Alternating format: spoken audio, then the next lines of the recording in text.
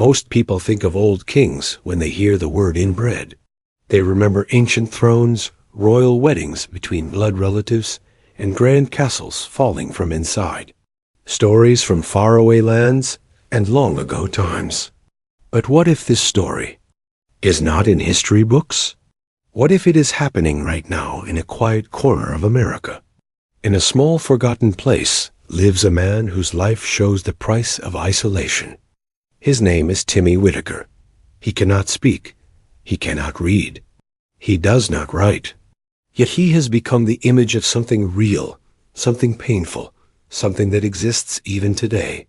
Timmy belongs to a family shaped by silence, distance, and years.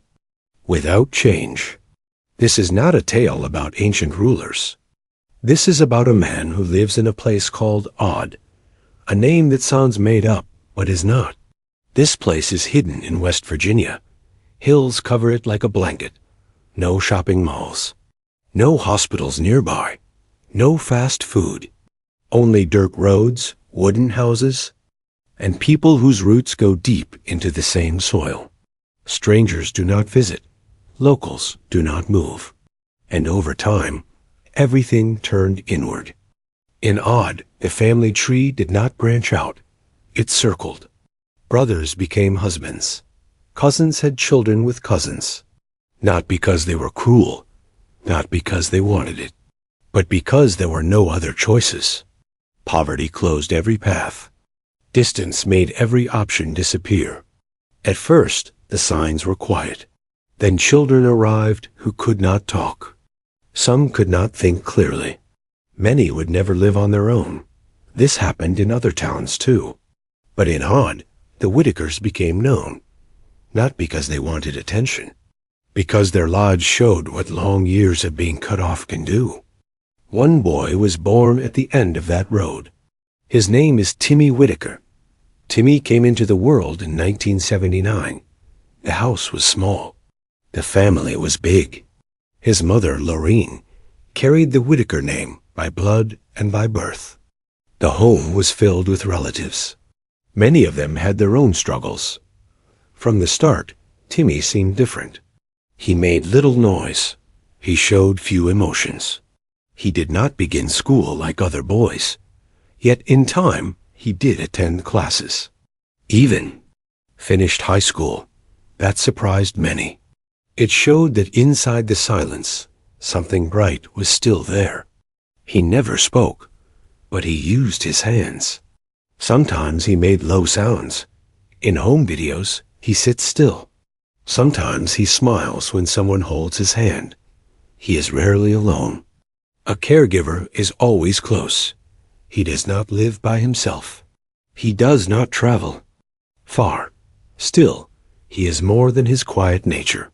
He carries in his body a long story that others cannot see. He never asked to represent it, but now he does.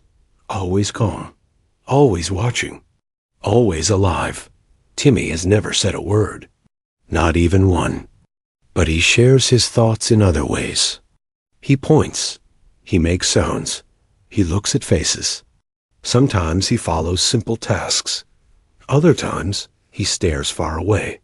Not because he is not present, but because he lives in a space no one else can reach. Each day, he needs help. He does not make his own food.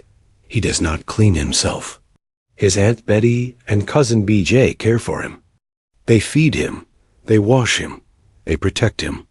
Yet, he is not locked inside. He visits stores. In one video, he walks through aisles at Walmart. He pushes the cart. He chooses snacks. In another, he sits in a barber's chair. The machine buzzes.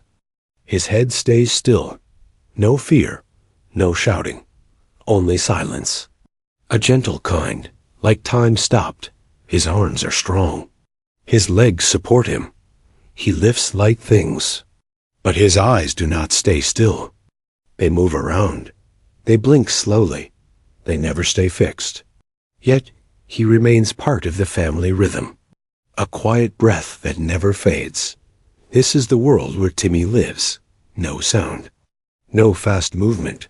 Only routine. The Whitakers are not legends. They are not stories passed around campfires. They are real people, tied by heart and by heritage. Over many years, cousins became couples, not one time, over and over. Uncles became parents. Sisters gave birth to nephews. The lines blurred, then vanished, not from desire, but from being. Cut off. In this area of Appalachia, families were far from towns, too far from support, so they stayed near, much too near. When Timmy was born, the damage had already built up. Minds that could not think clearly, faces that changed, nervous systems that did not work right. Many could not speak. Lorene's mother was sister to several main men in the family. She gave birth to Timmy under unclear events. Some say she was forced. Some say the father may not have been a relative. But the past had already shaped Timmy's body. He carried the weight of many quiet decisions, patterns repeated so many times that no one could stop them. Timmy became the clearest picture of what silence can create. There is no known paper that tells what condition Timmy has. No doctor ever said what caused it.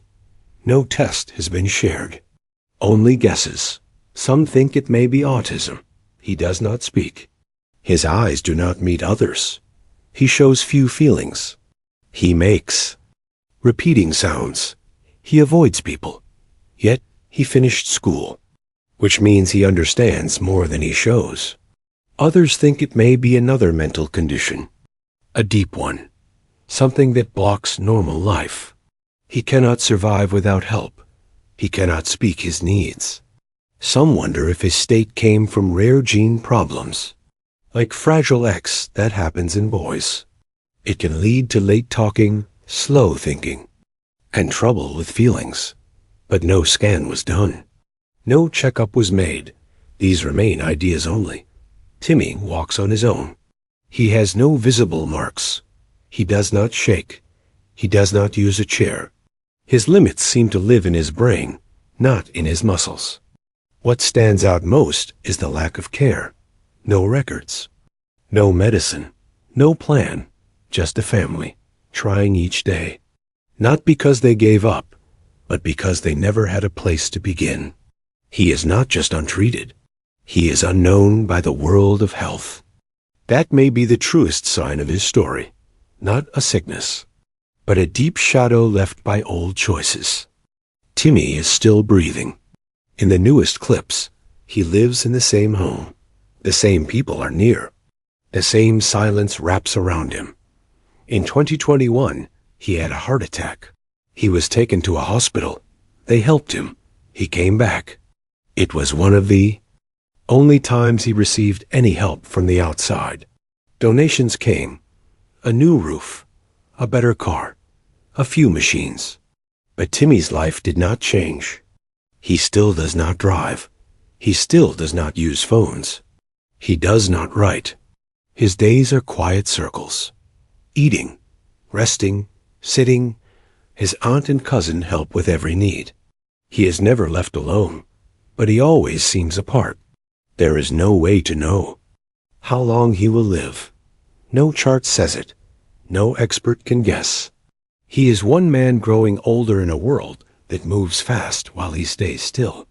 That may be the part that hurts the most. In a time full of noise, he is like a soft sound from far away. A sound that reminds us what happens when time does not move, when homes fall in on themselves, when memories are lost in empty places. He did not choose this path. He did not ask to carry a message, but his quiet way says more than loud voices ever can. He shows us that the past can live in the present, that family lines remember, and that some stories do not speak. They look right at us. This is Timmy Whittaker, still living, still watching, still here.